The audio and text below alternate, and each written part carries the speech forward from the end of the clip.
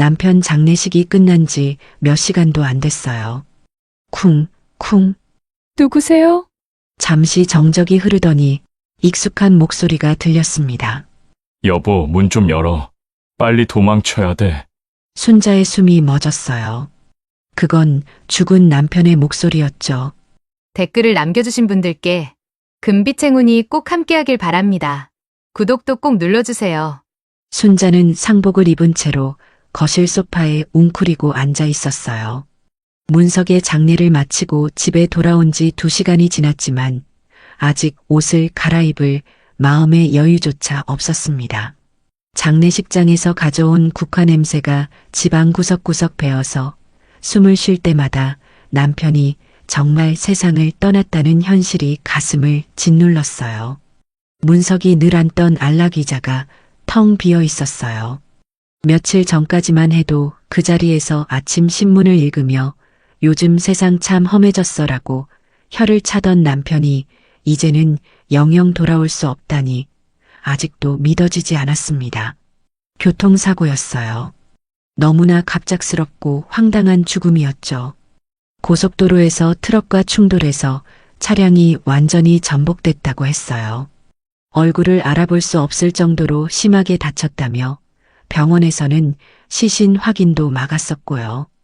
응급실 의사는 너무 급히 사망 선고를 내렸고 장례업자는 감염 위험을 이유로 밀봉 장례를 강력히 권유했고 슬픔에 젖은 순자는 깊게 따져볼 겨를조차 없었죠. 모든 절차가 너무 빠르게 흘러가 의문을 품을 틈도 없었어요. 혼자서 어떻게 살지? 순자는 중얼거리며 눈가를 훔쳤어요. 그런데 그때였습니다.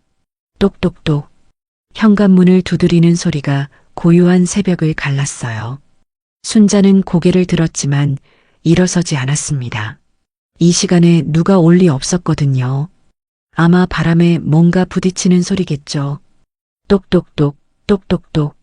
이번에는 더 강하게, 더 급하게 들렸어요. 순자의 심장이 빨라지기 시작했습니다.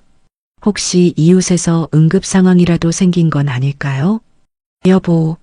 그 순간 순자는 온몸이 얼어붙었어요. 분명히 들렸습니다. 문석의 목소리였어요. 하지만 그럴 리가 없었죠. 문석은 오늘 오후에 화장터에서 여보, 도망쳐. 이번에는 더 절실하고 다급했어요. 순자는 소파에서 벌떡 일어났습니다. 다리가 후들거렸지만 현관으로 향했어요. 심장이 가슴을 치고 나올 것 같았습니다. 여보, 정말 당신이야? 순자는 떨리는 목소리로 현관문에 대고 말했어요. 하지만 밖에서는 아무 소리도 들리지 않았습니다. 바람 소리조차 없는 적막한 새벽이었어요. 순자는 조심스럽게 현관문을 열었어요. 복도는 텅 비어 있었습니다.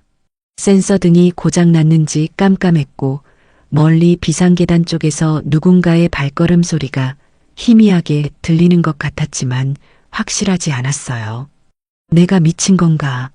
순자는 문을 닫고 등을 기댔어요. 온몸에서 식은땀이 흘러내렸습니다. 장례를 치르느라 너무 지쳐서 환청이 들리는 건 아닐까요? 하지만 그 목소리는 너무나 생생했어요. 문석 특유의 걸걸하면서도 따뜻한 음성이었고 도망쳐라는 표현도 평소 문석이 위험할 때 자주 쓰던 말이었거든요. 피해나 멀리 가보다는 도망쳐라고 직설적으로 말하는 게 문석의 버릇이었으니까요. 거실로 돌아온 순자는 재단 위에 모셔둔 문석의 영정사진을 바라봤어요. 웃고 있는 문석의 얼굴이 평소와 다르게 보였습니다. 마치 뭔가 간절히 말하려는 것 같았어요. 당신 정말 죽은 거 맞아? 순자는 사진을 향해 속삭였어요. 당연히 대답은 없었지만 이상하게 문석이 어딘가에서 자신을 지켜보고 있는 것 같은 느낌이 들었어요. 바스락. 이번에는 현관 우편함 쪽에서 소리가 들렸어요. 순자는 다시 현관으로 향했습니다. 문 아래쪽 우편함 틈으로 하얀 종이 한 장이 밀려 들어오고 있었어요. 순자는 그 종이를 집어들었어요. 볼펜으로 급하게 쓴 글씨였는데 글씨체가 어딘가 낯익었습니다. 위험하다. 조심해. 짧은 한 줄이었지만 순자의 온몸에 소름이 돋았어요. 이 글씨체, 설마. 순자는 급히 문석의 서재로 향했어요. 문석이 평소에 메모하던 수첩을 찾아서 쪽지와 비교해 봤습니다. 이응의 둥근 모양, 이에 살짝 기울어진 각도, 조자의 특이한 삐침까지 똑같았어요. 이건 당신 글씨잖아. 순자의 손이 덜덜 떨렸어요. 죽은 사람의 글씨가 어떻게 우편함으로 들어올 수 있을까요? 문석이 미리 써놓은 편지인 걸까요? 아니면 정말로. 부릉부릉. 창밖에서 자동차 엔진 소리가 들렸어요. 새벽 3시가 넘은 시간에는 드문 일이었죠. 순자는 거실 커튼 사이로 조심스럽게 밖을 내다봤어요. 검은색 대형 승용차가 아파트 앞 주차장에 서 있었어요. 차에서 2명의 남자가 내렸습니다. 정장을 입고 있었지만 왠지 평범한 직장인 같지 않았어요. 걸음걸이부터 주변을 경계하는 움직임까지 뭔가 위험한 기운이 감돌았어요. 그들은 순자가 사는 15층 아파트를 올려다보며 서로 무언가 이야기하고 있었어요. 한 명이 휴대폰을 꺼내서 누군가에게 전화를 걸었습니다. 네, 확인했습니다. 1504호가 맞는 것 같습니다.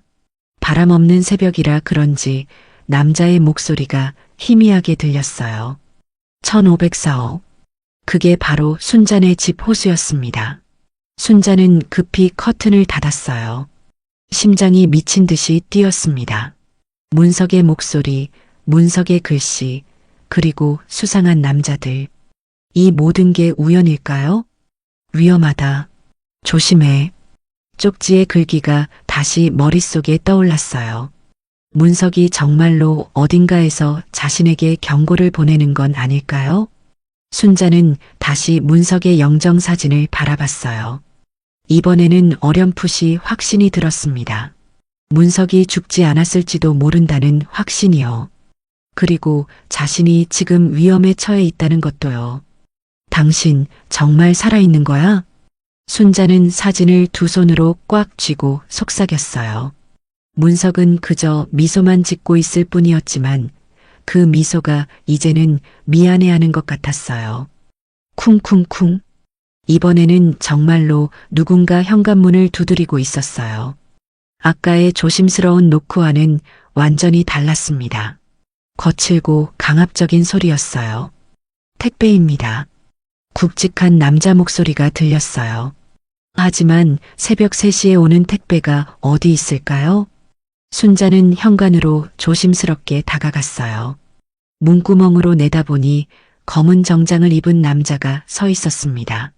아까 차에서 내린 사람 중 하나였어요.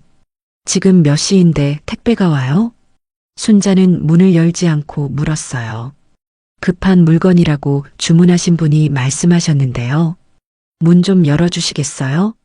남자의 목소리에서 묘한 압박감이 느껴졌어요.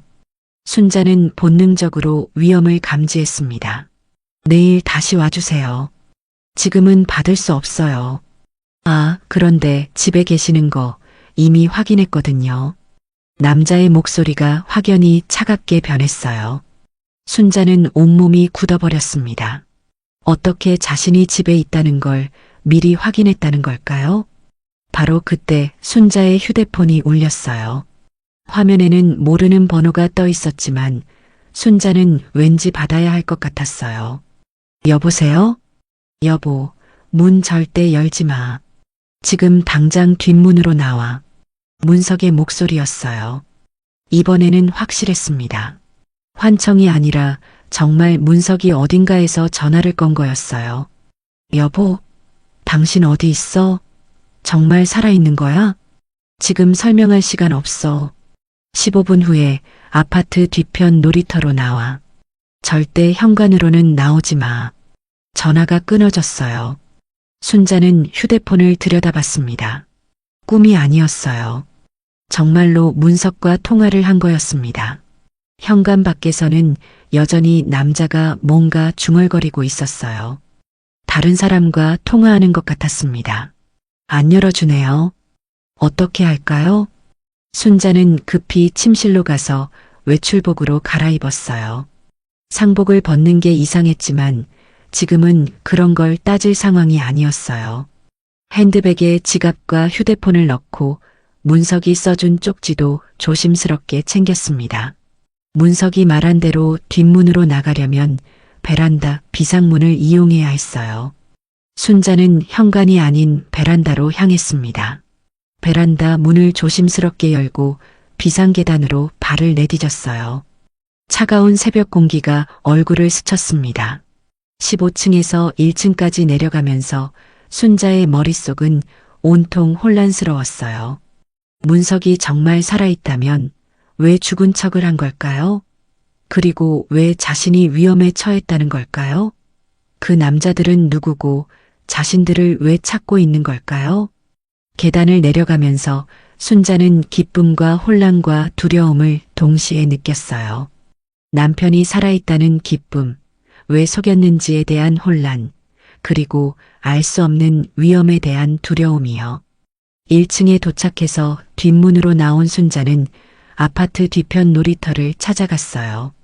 가로등 불빛 아래 그네와 미끄럼틀이 보였지만 사람은 보이지 않았습니다. 여보, 어디 있어?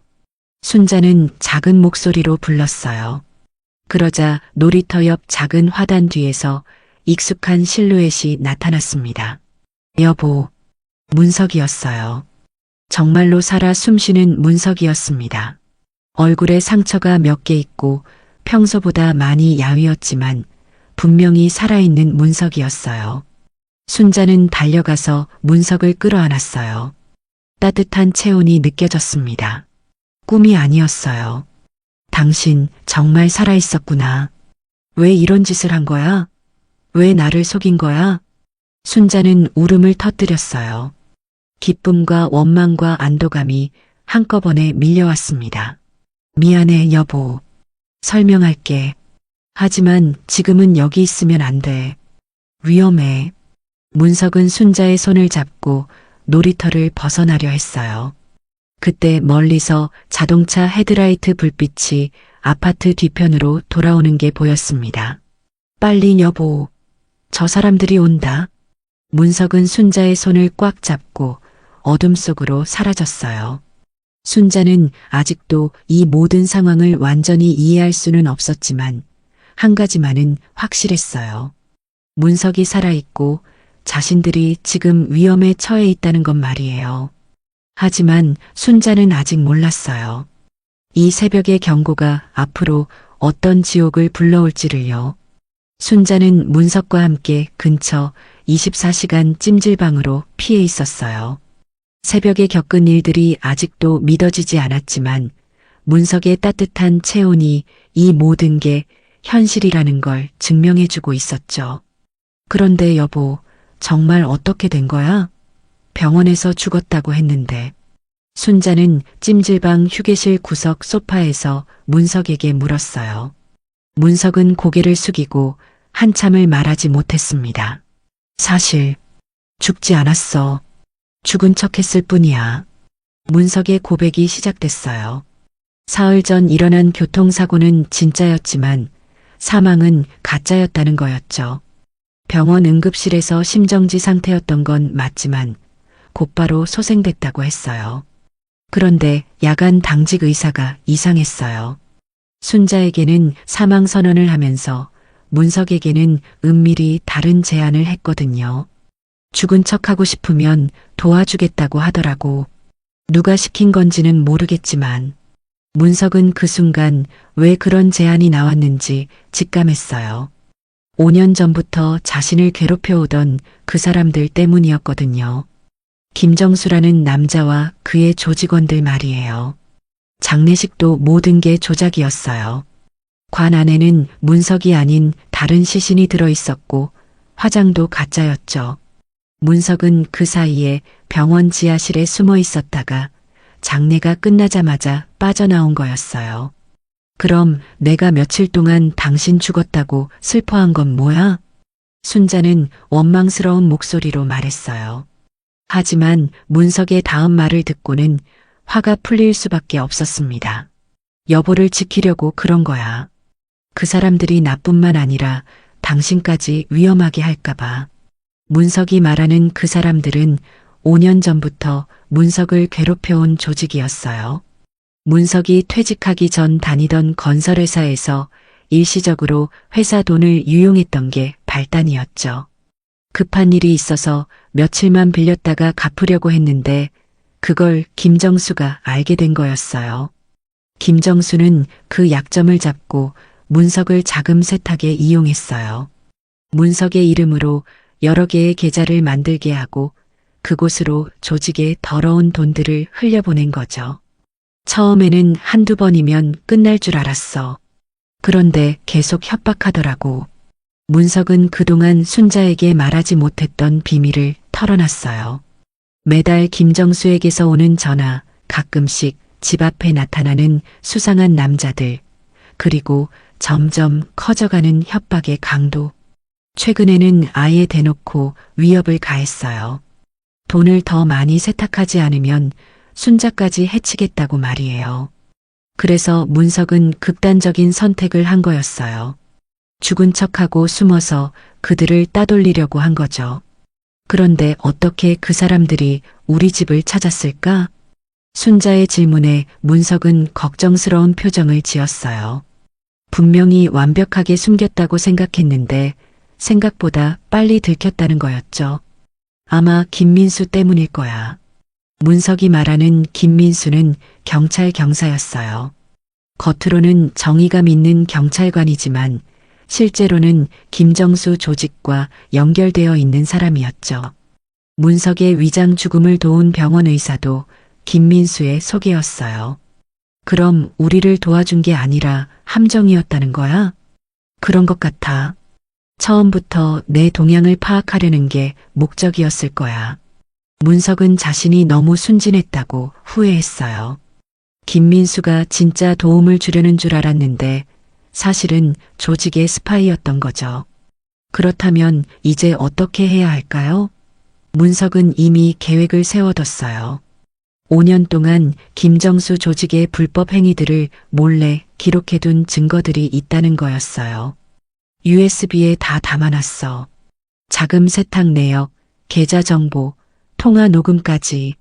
문석은 가슴 안주머니에서 작은 USB를 꺼내 보였어요. 이걸 공개하면 김정수와 그의 조직을 모두 잡을 수 있다는 거였죠. 그럼 진작 그걸 경찰에 신고하지 그랬어? 그게 그렇게 간단하지 않아. 김민수 같은 사람들이 경찰 안에도 있거든. 섣불리 신고했다가는 오히려 더 위험해질 수 있어. 문석의 말이 맞았어요. 조직과 연결된 경찰관들이 있다면 일반적인 신고로는 해결되지 않을 거였어요. 더 확실한 방법이 필요했죠. 그럼 우리 어떻게 하지? 순자의 걱정스러운 질문에 문석은 손을 꽉 잡았어요. 일단 안전한 곳으로 피해야 해. 그리고 이 USB를 믿을 만한 사람에게 전달하는 거야. 문석은 이미 접촉할 사람을 염두에 두고 있었어요. 광역수사대에 있는 오래된 친구였죠. 김정수 조직과는 전혀 관련 없는 깨끗한 사람이었어요. 하지만 그러기 위해서는 먼저 김정수의 추적을 완전히 따돌려야 했어요. 그들이 포기할 때까지 숨어 지내거나 아니면 먼저 공격에 나서거나 둘 중 하나였죠. 여보, 미안해. 내가 잘못해서 당신까지 이런 일에 휘말리게 했어. 문석은 진심으로 미안해했어요. 5년 동안 혼자 끙끙 앓으며 순자에게 말하지 못했던 것도 이렇게 위험한 상황까지 오게 한 것도 모두 자신 때문이었거든요. 그런 게 아니라 진작 말했으면 함께 해결할 수 있었을 텐데. 순자는 원망보다는 안타까움이 더 컸어요. 남편이 혼자서 그 무거운 짐을 지고 있었다는 게 마음 아팠거든요. 이제라도 함께 해결하자. 우리 둘이 힘을 합치면 못할 게 뭐가 있어? 순자의 다정한 말에 문석은 고마움을 느꼈어요. 하지만 동시에 더 큰 걱정도 들었죠. 이제 김정수는 순자까지 표적으로 삼을 테니까요. 찜질방 TV에서는 아침 뉴스가 나오고 있었어요. 평범한 일상의 소식들이었지만 순자와 문석에게는 이미 일상이 사라진 지 오래였어요. 여보, 우리 집에는 언제 돌아갈 수 있을까? 글쎄, 이 일이 완전히 해결되기 전까지는 힘들 것 같아. 문석의 대답에 순자는 씁쓸한 미소를 지었어요. 결혼한 지 30년 만에 처음으로 집을 떠나 도망 다니는 신세가 된 거였죠. 하지만 포기할 수는 없었어요. 문석이 살아있다는 것만으로도 기적이었고, 이제 함께 이 어려움을 헤쳐나갈 수 있다는 희망이 생겼거든요. 문석은 휴대폰을 꺼내서 뉴스를 확인했어요. 혹시 김정수 조직과 관련된 소식이 있나 싶어서였죠. 하지만 특별한 건 없었어요. 오늘 오후에 광역수사대 친구한테 연락해 볼게. 그 전까지는 여기서 좀 더 기다리자. 순자는 고개를 끄덕였어요. 비록 불편하고 불안하지만 문석과 함께라면 어떤 어려움도 견딜 수 있을 것 같았거든요. 순자와 문석은 찜질방에서 나와 시내 번화가로 이동했어요. 사람이 많은 곳이 더 안전할 거라는 문석의 판단이었죠. 카페에 앉아있던 문석이 갑자기 얼굴을 굳혔어요.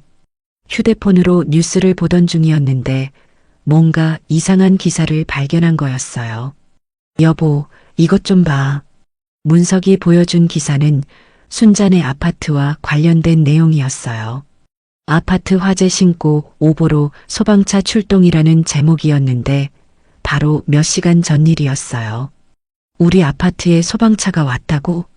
순자는 이해할 수 없었어요. 새벽에 나올 때까지만 해도 아무 이상이 없었거든요. 아마 우리 집을 수색하려고 핑계를 만든 것 같아. 문석의 추측이 맞았어요. 김정수 조직이 화재 신고를 가짜로 해서 소방관으로 위장하고 집안을 뒤진 거였죠. 다행히 순자와 문석이 미리 나와서 들키지 않았지만 상황이 점점 심각해지고 있었어요. 문석의 휴대폰이 울렸어요. 모르는 번호였지만 받지 않을 수 없었어요. 여보세요? 문석 씨, 오랜만이네요. 김정수의 목소리였어요. 차가우면서도 위협적인 톤이었죠.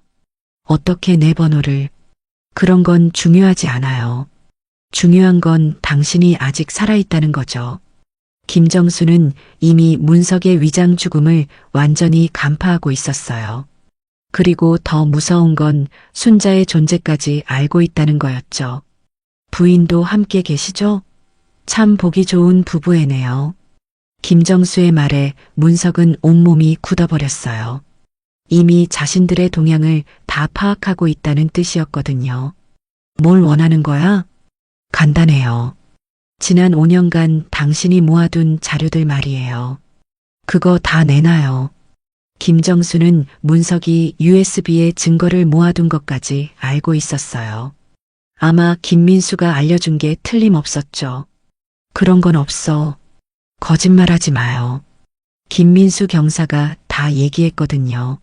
문석은 김민수에게 완전히 속았다는 걸 다시 한번 깨달았어요. 그가 도움을 주는 척하면서 사실은 모든 정보를 김정수에게 흘리고 있었던 거죠. 오늘 밤 12시까지 그 자료를 가지고 한강공원 반포대교 아래로 나와요.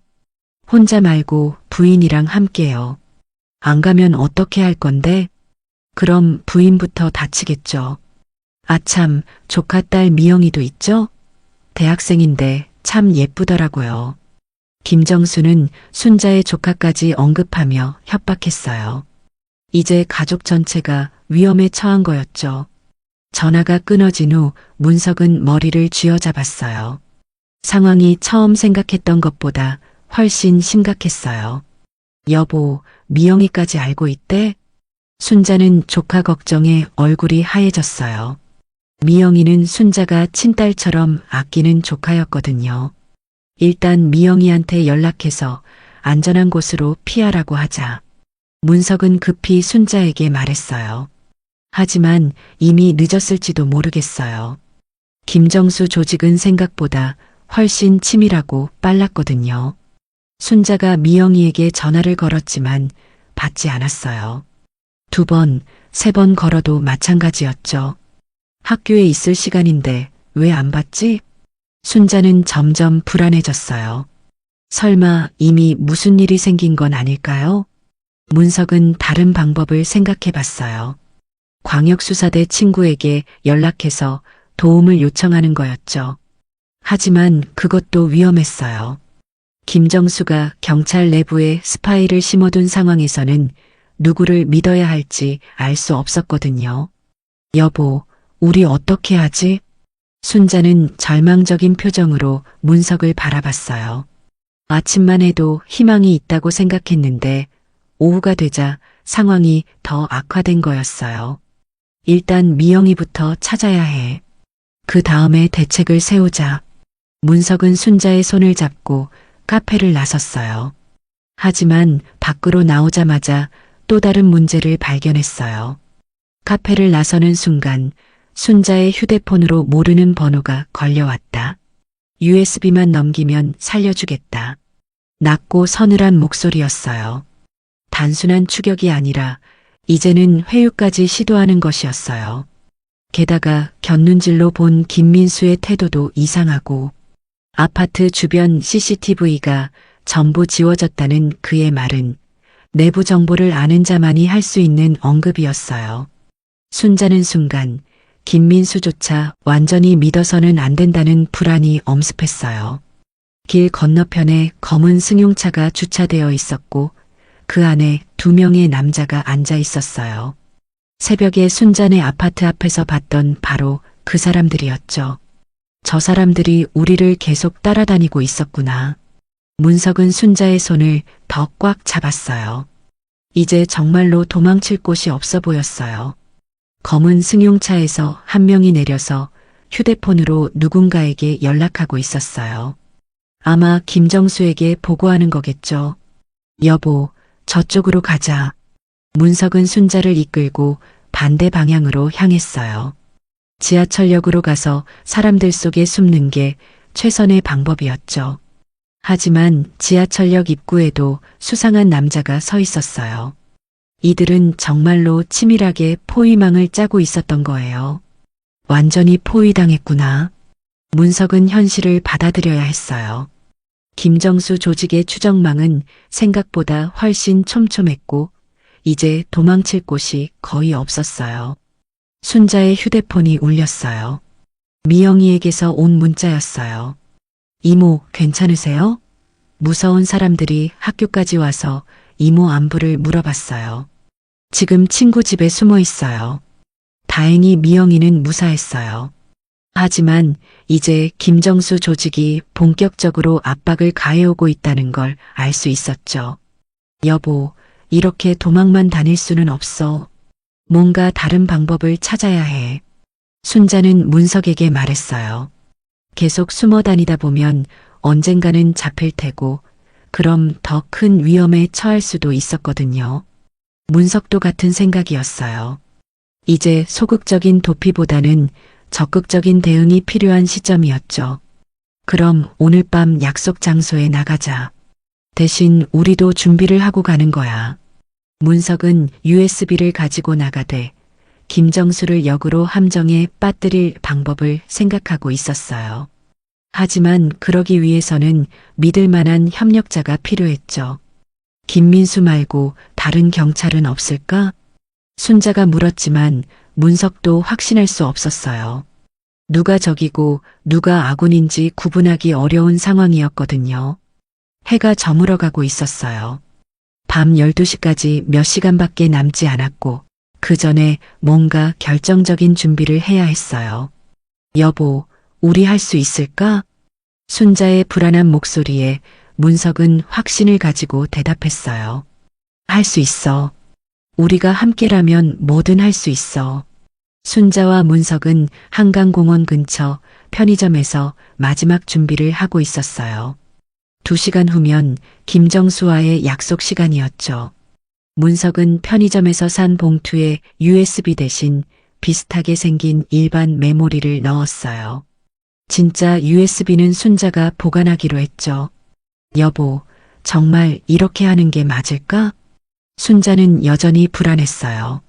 김정수 같은 사람들과 직접 맞서는 게 너무 위험해 보였거든요. 다른 방법이 없어. 계속 도망만 다닐 수는 없잖아.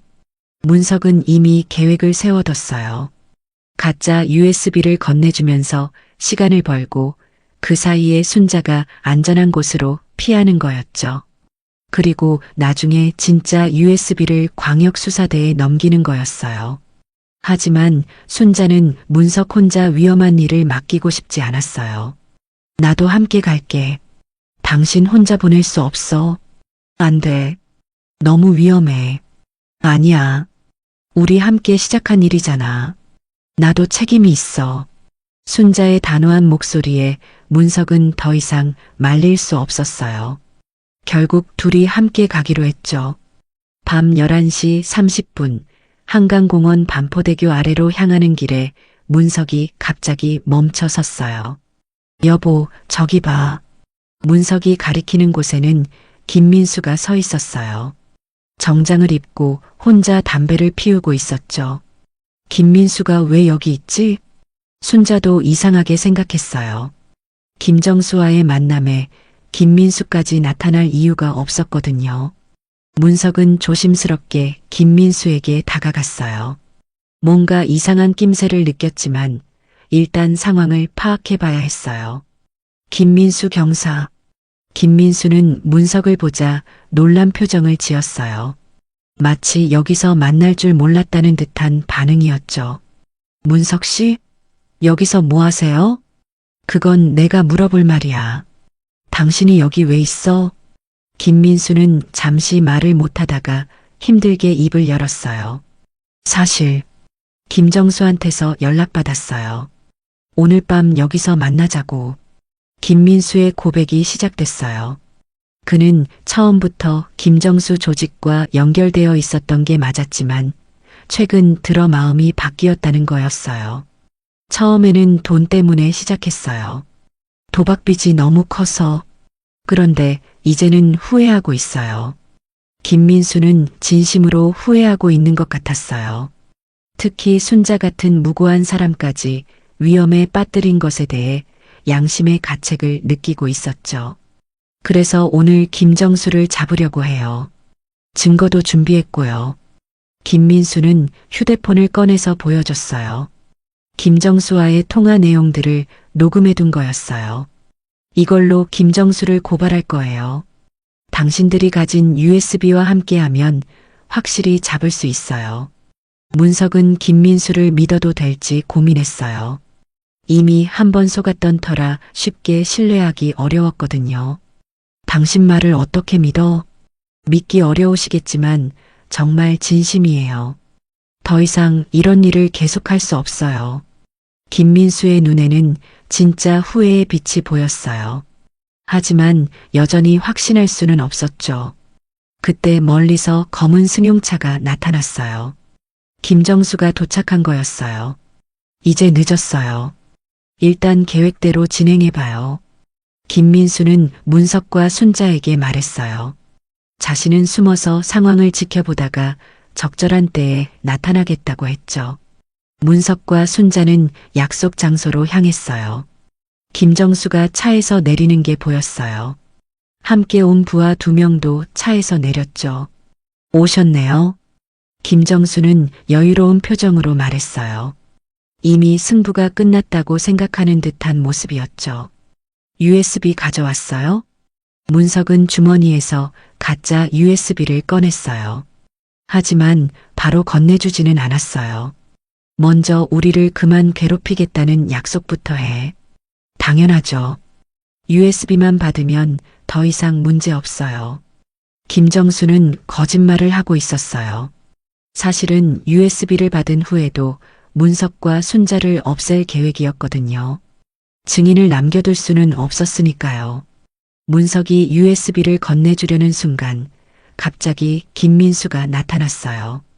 김정수, 당신 체포합니다. 김민수가 수갑을 들고 나타나자 김정수는 당황했어요. 전혀 예상하지 못한 상황이었거든요. 김민수, 넌 뭐 하는 거야? 더 이상 당신 일을 도울 수 없어요. 양심이 허락하지 않아요. 김민수와 김정수 사이에 긴장감이 돌았어요. 부하들도 어찌할 바를 몰라 했죠. 하지만 김정수는 금세 웃음을 터뜨렸어요. 김민수, 너가 나를 배신할 줄은 몰랐네. 하지만 너도 공범이라는 걸 잊지 마라. 김정수의 말이 맞았어요. 김민수도 지금까지 조직 일을 도왔기 때문에 깨끗하지 않았거든요. 그래도 지금이라도 바로잡으려고 하는 거예요.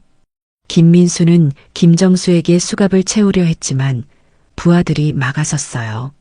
1대 3으로는 상대가 되지 않았죠. 그때 문석이 나섰어요. 그만해. USB는 여기 없어. 문석이 가짜라고 말하자 김정수는 화를 냈어요. 그럼 진짜는 어디 있어? 안전한 곳에 숨겨뒀어. 우리를 해치면 영영 못 찾을 거야. 문석의 말에 김정수는 계획을 바꿔야 했어요. 일단 문석과 순자를 살려두고 진짜 USB 위치를 알아내야 했거든요. 좋아. 그럼 내일까지 시간을 줄게. 진짜 USB를 가져와. 김정수는 부하들과 함께 떠났어요. 하지만 이번에는 문석과 순자를 계속 감시하기로 했죠. 김민수는 문석에게 다가왔어요. 정말 미안해요. 제가 도움이 되지 못해서. 괜찮아요. 그래도 당신이 편을 바꿔줘서 고마워요. 문석은 김민수를 완전히 믿지는 않았지만 일단 동맹으로 받아들이기로 했어요. 이제 어떻게 하죠? 내일까지 확실한 계획을 세워야 해요. 이번이 마지막 기회일 거예요. 문석은 순자의 손을 잡고 그 자리를 떠났어요. 김민수도 다른 방향으로 사라졌죠.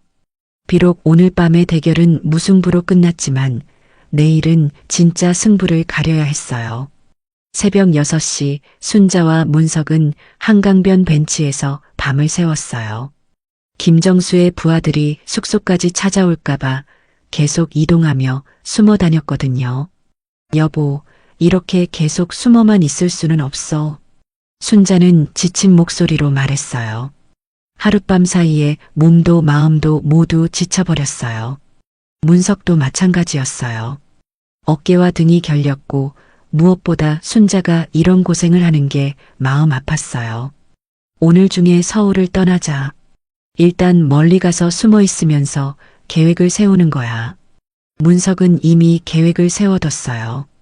부산에 있는 대학 동창에게 연락해서 잠시 머물 곳을 구하는 거였죠. 김정수도 아무리 힘이 세다고 해도 전국을 다 뒤질 수는 없을 테니까요. 부산까지 어떻게 가?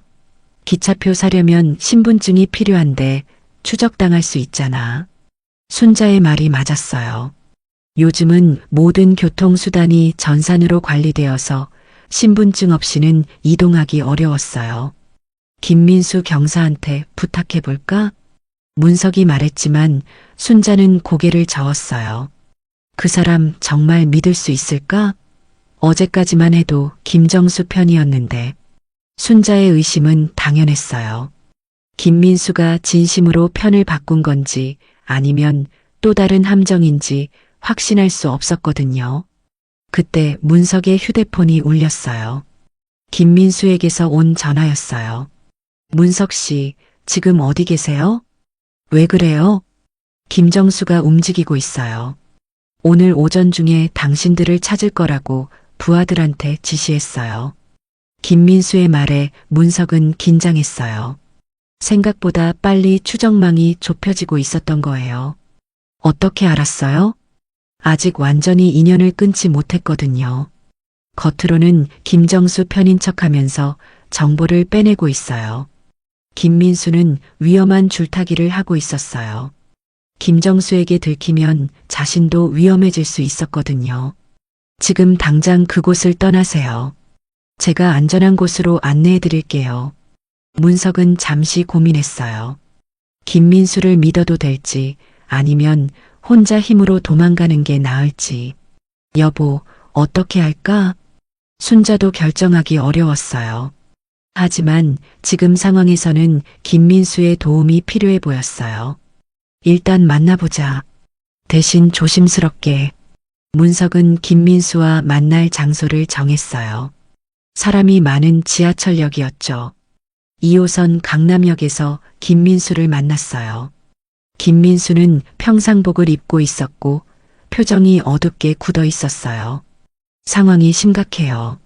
김정수가 경찰 내부 인맥까지 동원해서 당신들을 찾고 있어요. 김민수의 말에 문석은 놀랐어요. 경찰까지 동원한다면 정말 숨을 곳이 없었어요. 그럼 어떻게 해야 해요? 일단 서울을 벗어나야 해요. 제가 도와드릴게요. 김민수는 자신의 차로 문석과 순자를 태우고 서울 외곽으로 향했어요. 고속도로에 진입하면서 문석은 조금 안심이 됐어요. 어디로 가는 거예요? 일단 경기도 양평으로 가요. 제가 아는 펜션이 있거든요. 김민수는 운전하면서 계속 백미러를 확인했어요. 혹시 따라오는 차가 있나 살피는 거였죠. 하지만 30분쯤 지났을 때 김민수의 표정이 굳어졌어요. 뒤에서 따라오는 차가 있어요. 문석이 뒤를 돌아보니 검은 승용차 2대가 일정한 거리를 유지하며 따라오고 있었어요. 언제부터 따라온 거죠? 아마 처음부터였을 거예요. 제가 감시당하고 있었나 봐요. 김민수는 속도를 높였어요. 하지만 뒤따라오는 차들도 속도를 높였어요. 여보, 무서워. 순자는 문석의 팔을 꽉 잡았어요. 자동차 추격전이라는 게 영화에서나 보던 일인데 실제로 겪게 될 줄은 몰랐거든요. 김민수는 급하게 차선을 바꿔가며 도망치려 했어요. 하지만 상대방도 전문가들이었어요. 쉽게 따돌려지지 않았죠. 저기 휴게소가 있어요. 사람이 많은 곳으로 가면 어떨까요? 문석의 제안에 김민수는 고개를 저었어요. 그럼 무고한 사람들까지 위험해져요. 다른 방법을 찾아야 해요. 김민수는 다음 나들목으로 빠졌어요. 하지만 추격차들도 같이 따라 나왔어요. 갑자기 앞에서 트럭 한 대가 나타났어요. 김민수는 급브레이크를 밟았고 차가 심하게 흔들렸어요. 다쳤어요? 김민수가 뒤를 돌아보며 물었어요. 다행히 문석과 순자는 무사했어요. 하지만 이제 완전히 포위당했어요. 앞에는 트럭이, 뒤에는 추격차들이 있었거든요. 검은 승용차에서 남자들이 내렸어요. 모두 정장을 입고 있었지만 표정이 험악했어요. 김민수 경사, 오랜만이네요. 앞장선 남자가 김민수에게 말했어요. 김정수의 부하 중 하나였어요. 차에서 내리세요. 모두 다. 어쩔 수 없이 문석과 순자, 김민수는 차에서 내렸어요. 주변은 논밭뿐이어서 도망갈 곳도 없었어요. 김정수가 기다리고 있어요. 함께 가시죠. 남자들은 문석과 순자를 검은 승용차로 끌고 가려 했어요. 김민수는 저항해봤지만 혼자서는 역부족이었어요. 잠깐, USB는 여기 없다니까. 문석이 소리쳤지만 소용없었어요. 이미 게임은 끝난 상태였거든요. 그런데 그때 갑자기 사이렌 소리가 들렸어요. 경찰차 2대가 나타난 거예요. 경찰이다. 일단 철수. 김정수의 부하들은 당황했어요. 계획에 없던 일이었거든요. 남자들은 급히 차에 올라타고 도망쳤어요. 경찰과 정면 충돌하기에는 위험했거든요. 경찰차에서 내린 경찰관들이 다가왔어요. 신고받고 왔는데 무슨 일이세요? 김민수가 신분을 밝히고 상황을 설명했어요. 하지만 자세한 내용은 말하지 않았어요. 일단 안전한 곳으로 모셔다 드릴게요. 경찰들의 도움으로 문석과 순자는 위기를 넘겼어요. 하지만 이제 김정수도 본격적으로 경찰력을 동원해서 찾을 것 같았어요. 경찰서에 도착한 후 김민수는 문석에게 말했어요. 이제 정말 마지막 카드를 써야 할 것 같아요. 무슨 말이에요? 광역수사대에 있는 제 선배한테 연락해 볼게요. 이 사건을 맡길 만한 사람이에요. 김민수는 마지막 희망을 걸고 있었어요. 하지만 문석도 그 방법이 정말 통할지 확신할 수 없었어요. 문석은 순자의 손을 잡았어요. 오늘의 탈출 시도는 실패했지만 아직 포기할 수는 없었어요. 여보, 우리 끝까지 해보자. 응, 함께라면 뭐든 할 수 있어. 순자도 문석의 손을 꽉 잡았어요. 비록 위험한 상황이지만 두 사람이 함께라면 이겨낼 수 있을 거라고 믿었어요. 그 다음날 오전 순자와 문석은 김민수가 주선한 안전가옥에 머물고 있었어요.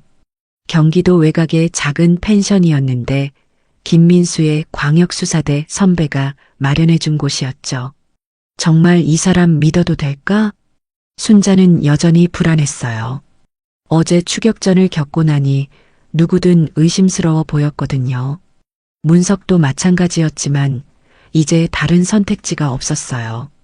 김민수의 선배인 박 형사를 믿고 모든 걸 털어놓기로 한 거예요. 여보, 이제 진짜 다 말해야겠어. 그동안 숨겼던 것들까지.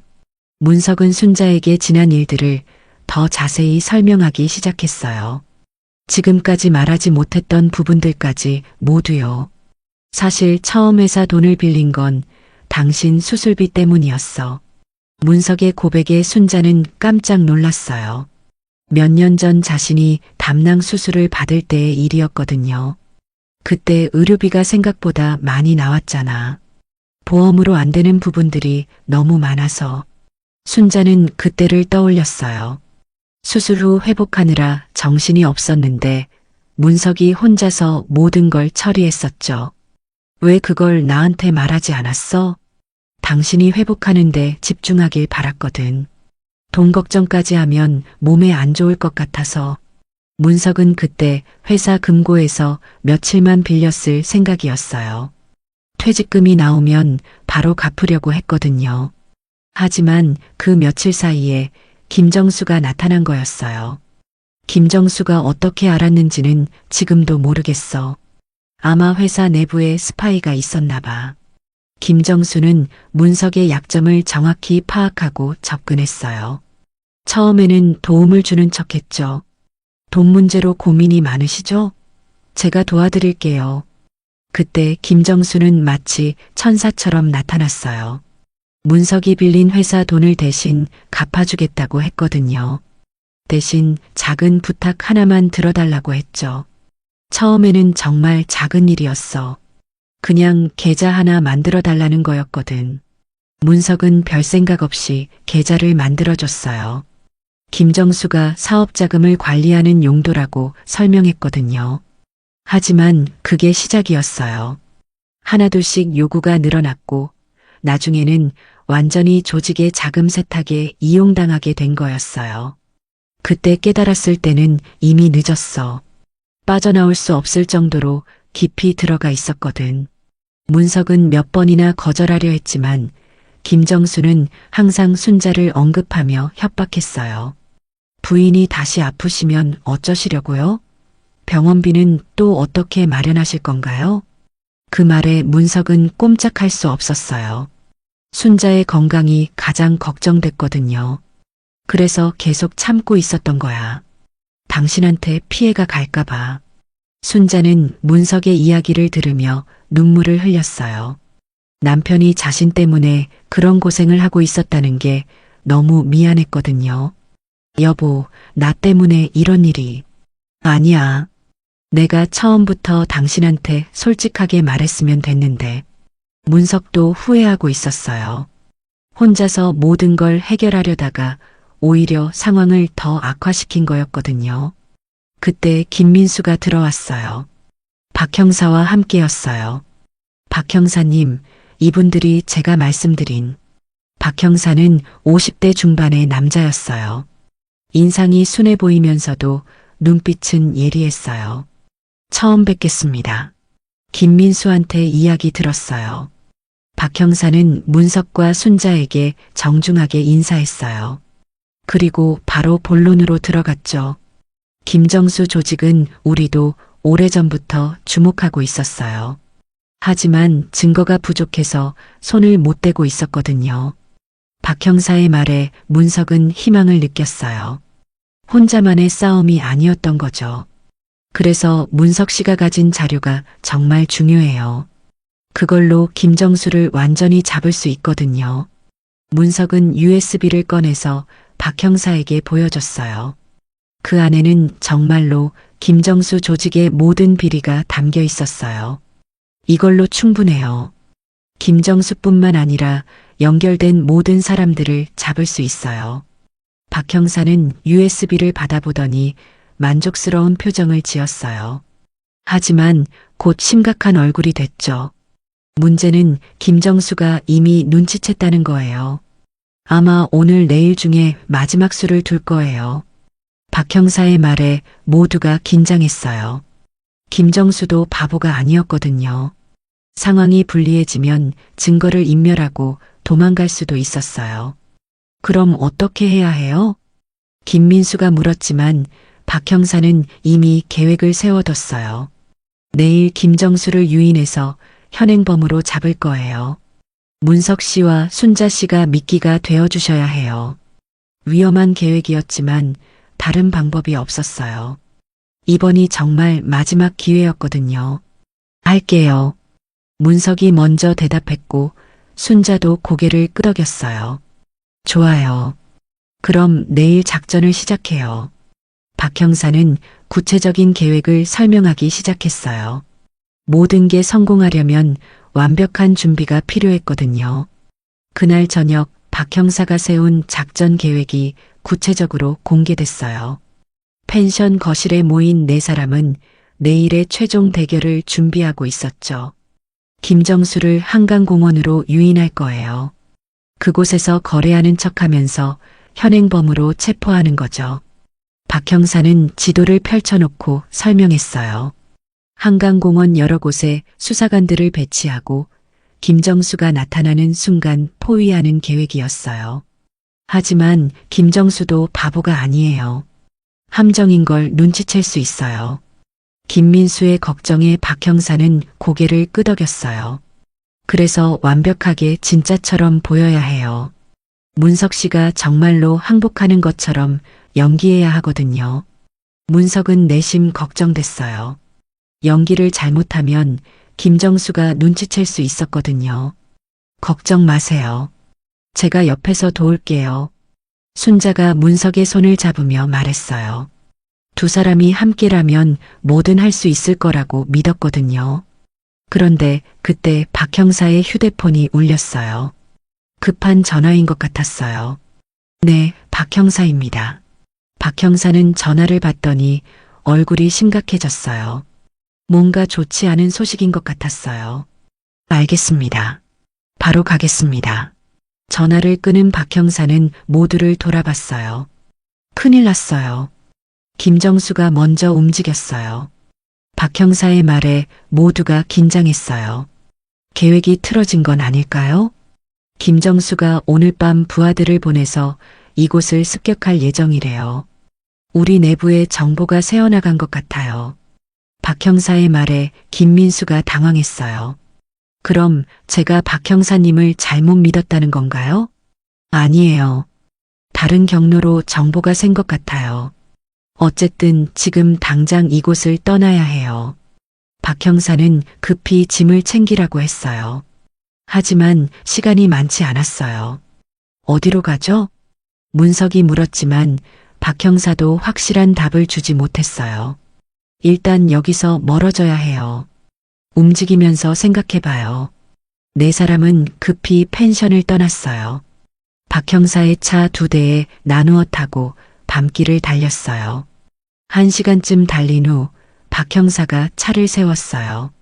한적한 휴게소였어요. 여기서 잠시 머물면서 다시 계획을 세워야겠어요. 휴게소 구석 테이블에 앉은 박 형사는 고민에 빠졌어요. 원래 계획이 모두 무너진 상황이었거든요.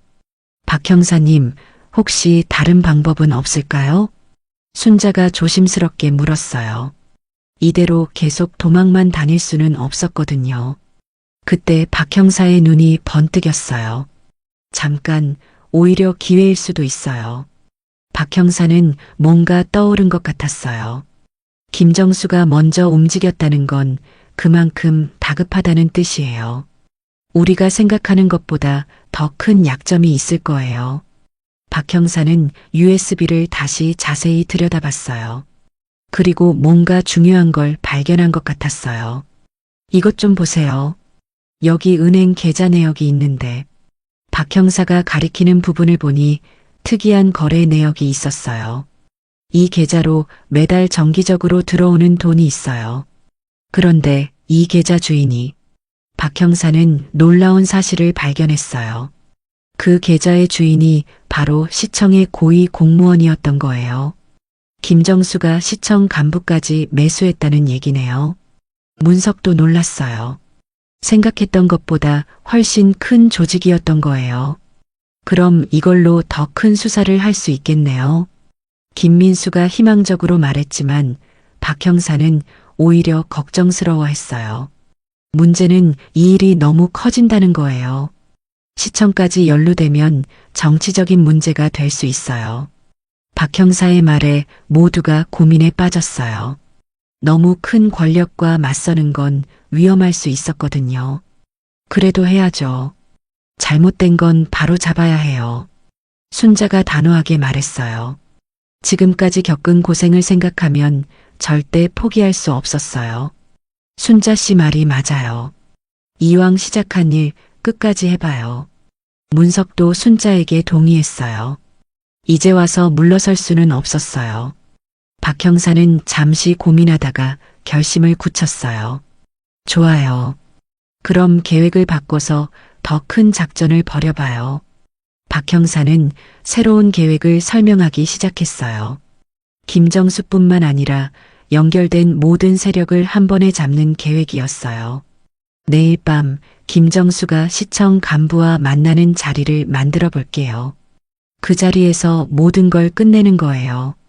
박 형사의 새로운 계획은 위험했지만 성공하면 모든 문제가 해결될 수 있었어요.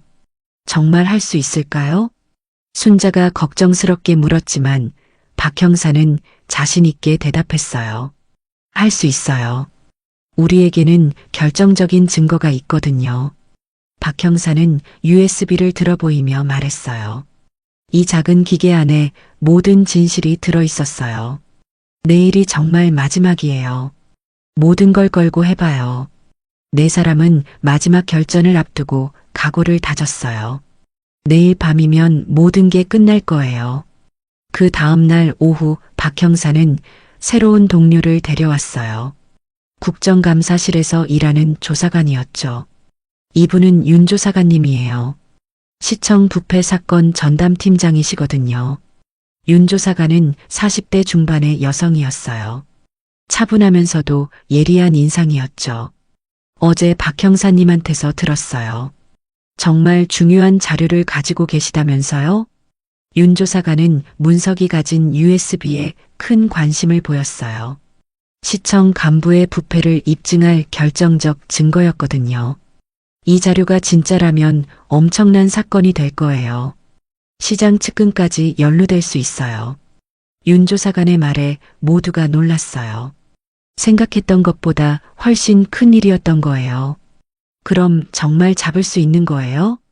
순자가 희망적으로 물었어요. 드디어 이 악몽 같은 일이 끝날 수 있을까요? 네, 하지만 조심스럽게 접근해야 해요. 상대방도 권력이 있는 사람들이거든요. 윤 조사관은 신중한 접근이 필요하다고 강조했어요. 성급하게 움직이면 오히려 증거를 인멸당할 수 있었거든요. 그때 김민수가 급하게 들어왔어요. 표정이 어두웠어요. 큰일 났어요. 김정수가 오늘 밤 도망갈 계획인 것 같아요. 김민수는 아직 김정수 조직 내부에서 정보를 빼내고 있었어요. 그런데 오늘 아침에 들은 소식이 심상치 않았던 거예요. 김정수가 부하들한테 마지막 정리를 하라고 지시했어요. 아마 해외로 도망갈 것 같아요. 김민수의 말에 박 형사는 당황했어요. 계획을 당겨야 할 상황이었거든요. 그럼 오늘 밤에 작전을 실행해야겠네요. 윤 조사관도 동의했어요. 김정수가 도망가면 모든 게 물거품이 될 수 있었거든요. 준비할 시간이 부족한데 괜찮을까요? 문석이 걱정스럽게 물었지만 박 형사는 이미 결심을 굳혔어요. 해야죠. 이번이 마지막 기회예요. 박 형사는 급히 수사팀에 연락했어요. 오늘 밤 작전을 위해 인력을 동원해야 했거든요. 윤 조사관도 국정감사실에 보고했어요. 시청 간부 체포를 위한 영장을 미리 준비하는 거였어요. 문석 씨와 순자 씨는 어떻게 하죠? 김민수가 물었어요. 두 사람의 안전이 가장 중요했거든요. 저희도 함께 갈게요. 순자가 먼저 대답했어요. 지금까지 같이 해온 일인데 마지막까지 함께하고 싶었거든요. 너무 위험해요. 안전한 곳에 계세요. 박 형사가 만류했지만 문석도 순자와 같은 마음이었어요. 저희가 있어야 김정수가 진짜라고 믿을 거예요. 미끼 역할을 해야죠. 문석의 말이 맞았어요. 김정수는 문석과 순자를 직접 봐야 안심할 거였거든요. 그럼 최대한 안전하게 진행해요. 위험하면 즉시 빠지는 거예요. 박 형사는 조건부로 동의했어요. 두 사람의 안전이 최우선이었거든요. 오후 내내 작전 준비가 이어졌어요. 윤 조사관은 시청 간부를 유인할 방법을 고민했고 박 형사는 김정수 체포 계획을 세웠어요. 김정수한테 연락해서 오늘 밤 거래하자고 해볼게요. 김민수가 제안했어요. 아직 김정수는 김민수가 배신한 걸 모르고 있었거든요. 장소는 어디로 할까요? 한강공원 말고 다른 곳으로 해요. 김정수가 의심할 수 있어요. 박 형사는 새로운 장소를 제안했어요. 시내 호텔 로비였어요.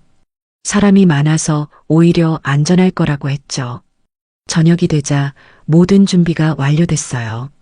수사팀원들은 호텔 주변에 배치됐고 윤 조사관은 시청 간부와의 연락을 기다리고 있었어요. 정말 마지막이에요. 모두 조심해요. 박 형사는 팀원들에게 당부했어요. 한 번의 실수가 모든 걸 망칠 수 있었거든요. 김민수는 김정수에게 전화를 걸었어요.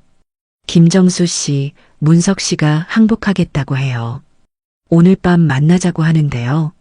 김정수는 잠시 망설이더니 승낙했어요. 드디어 모든 걸 끝낼 수 있다고 생각한 거였죠. 좋아. 오늘 밤 10시에 롯데호텔 로비에서 만나자. 전화를 끊은 김민수는 모두에게 엄지손가락을 들어 보였어요. 계획대로 됐다는 신호였어요. 이제 시작이에요. 박 형사는 시계를 확인했어요. 저녁 8시였어요. 2시간 후면 모든 게 결판날 거였어요. 순자는 문석의 손을 꽉 잡았어요. 여보, 정말 끝날 수 있을까? 끝날 거야. 우리가 함께 끝내는 거야. 문석도 순자의 손을 꽉 잡았어요. 지금까지 함께 견뎌온 만큼 마지막도 함께 이겨낼 수 있을 거라고 믿었어요. 윤 조사관이 마지막 점검을 했어요. 시청 간부는 제가 따로 처리할게요. 김정수만 잡으면 모든 게 끝나요. 드디어 최종 작전이 시작됐어요. 오늘 밤이면 정말로 모든 게 끝날 거였어요. 그날 밤 10시 롯데호텔 로비는 평소보다 조용했어요. 순자와 문석은 구석 소파에 앉아서 긴장한 채로 기다리고 있었어요. 여보, 손에 땀이 너무 많이 나. 순자는 떨리는 목소리로 말했어요. 지금까지 겪은 일들 중에서 가장 무서운 순간이었거든요. 괜찮아. 곧 끝날 거야. 문석도 마찬가지로 긴장하고 있었지만 순자를 안심시키려고 애썼어요. 이어폰으로는 박 형사의 목소리가 들려오고 있었죠. 문석 씨, 순자 씨, 들리세요? 김정수가 호텔에 도착했어요. 박 형사는 호텔 반대편 카페에서 상황을 지켜보고 있었어요. 주변에는 수사팀원들이 일반인처럼 위장해서 배치되어 있었고요. 호텔 입구로 김정수가 들어왔어요. 평소처럼 정장을 입고 있었지만 표정이 어두웠어요. 뒤따라 부하 2명도 함께 들어왔죠. 김정수는 로비를 둘러보더니 문석과 순자를 발견했어요. 천천히 다가오는 그의 발걸음 소리가 마치 심장 소리처럼 크게 들렸어요. 오랜만이네요, 문석 씨. 김정수는 소파 맞은편에 앉으면서 차가운 미소를 지었어요. 마치 모든 게 자신의 계획대로 되고 있다는 듯한 표정이었죠. 부인도 고생 많으셨겠어요. 이제 모든 게 끝날 거예요. 김정수의 말에는 위협이 담겨 있었어요.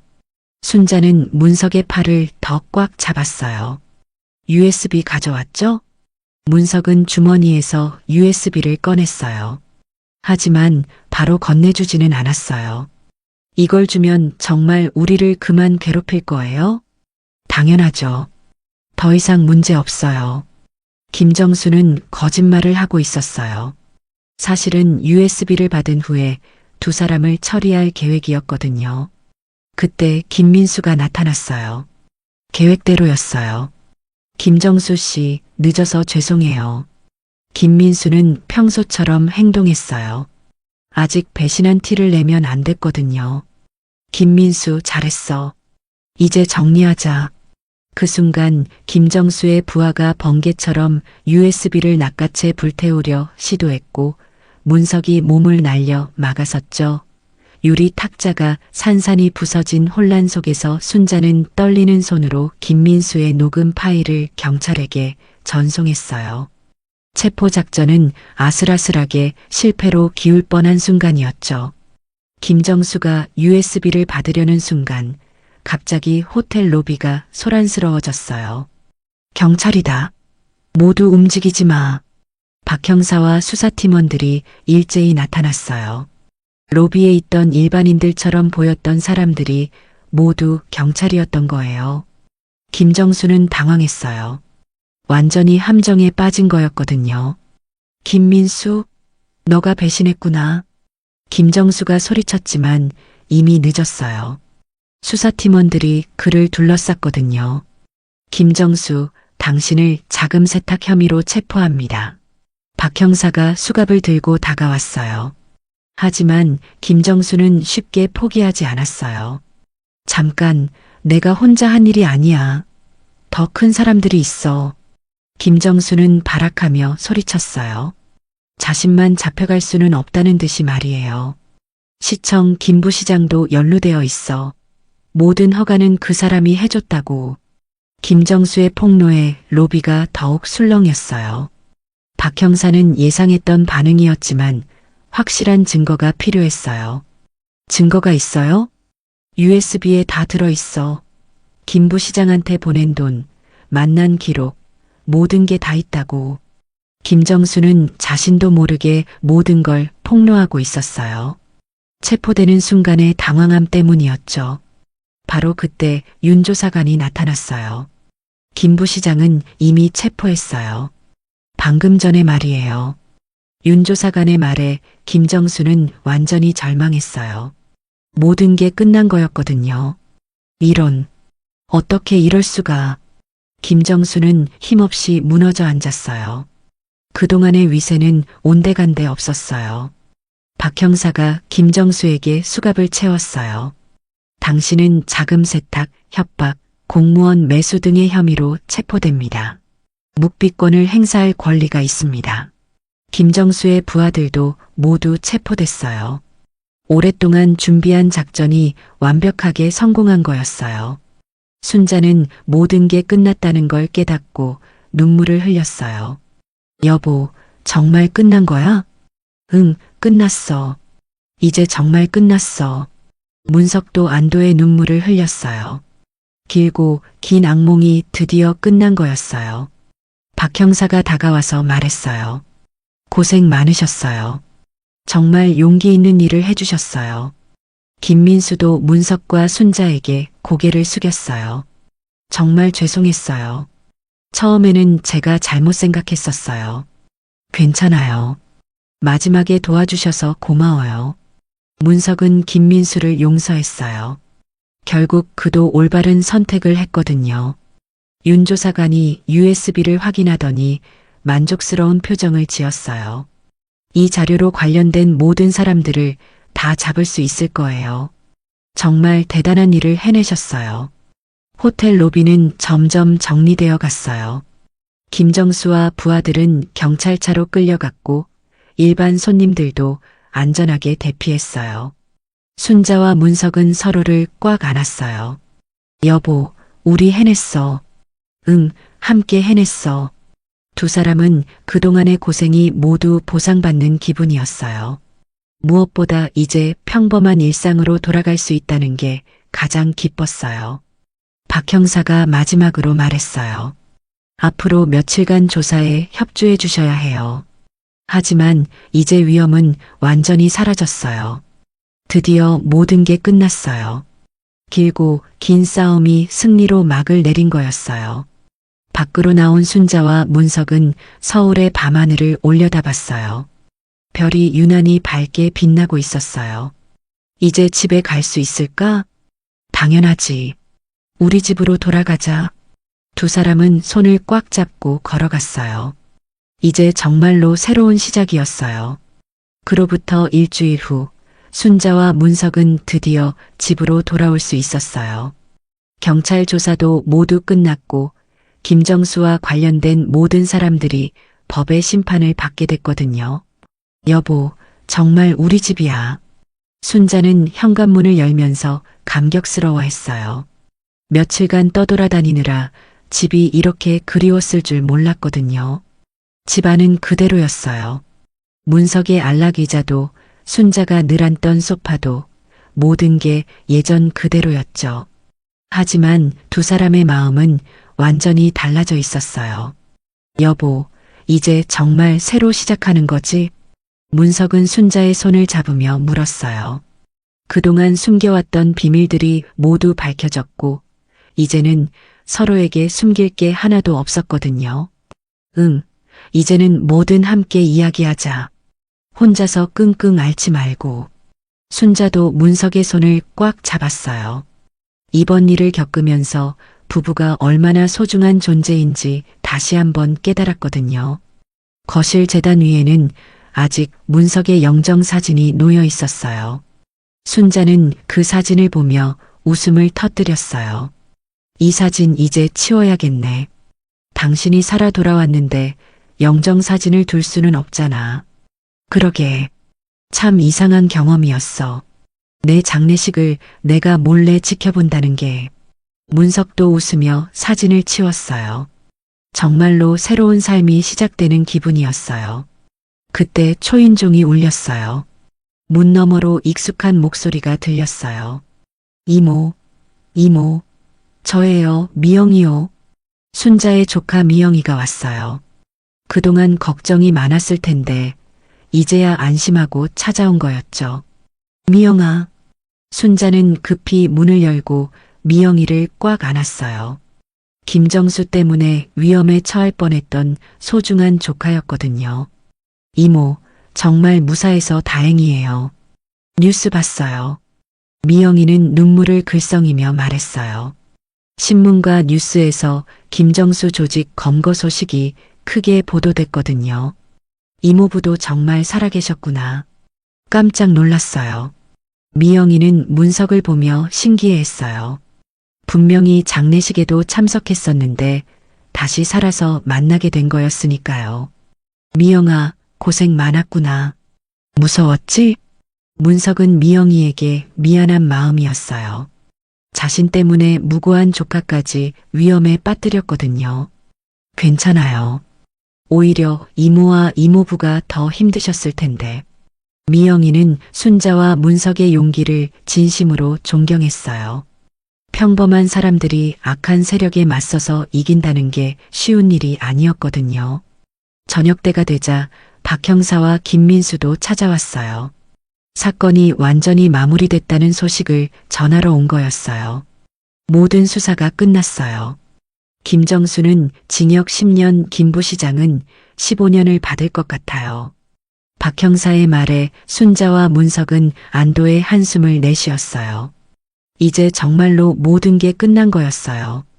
그리고 문석 씨가 억지로 당했던 일들은 모두 무혐의 처리됐어요. 김민수의 말에 문석은 감격했어요. 그동안 자신을 괴롭혔던 죄책감이 모두 사라지는 기분이었거든요. 정말 고마워요. 박 형사님과 김민수 경사님이 아니었다면 어떻게 됐을지. 순자는 진심으로 감사 인사를 했어요. 이분들이 없었다면 절대 이길 수 없었을 거였거든요. 저희가 할 일을 했을 뿐이에요. 오히려 두 분이 용기를 내주셔서 큰 사건을 해결할 수 있었어요. 박 형사도 겸손하게 대답했어요.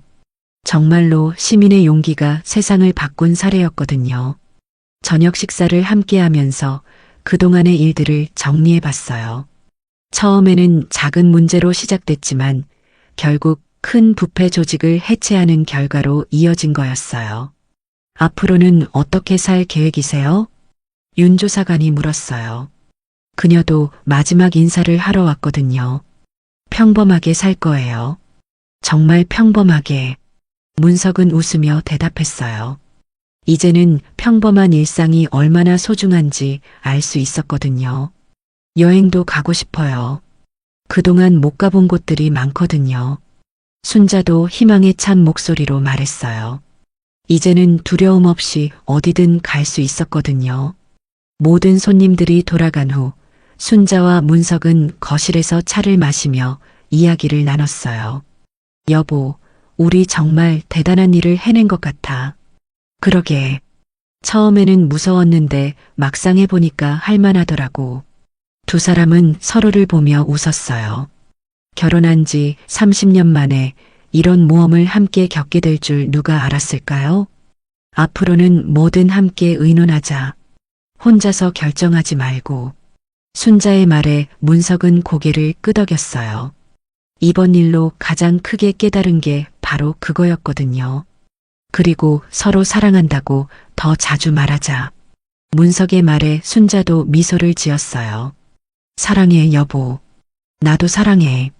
두 사람은 서로를 꽉 안았어요.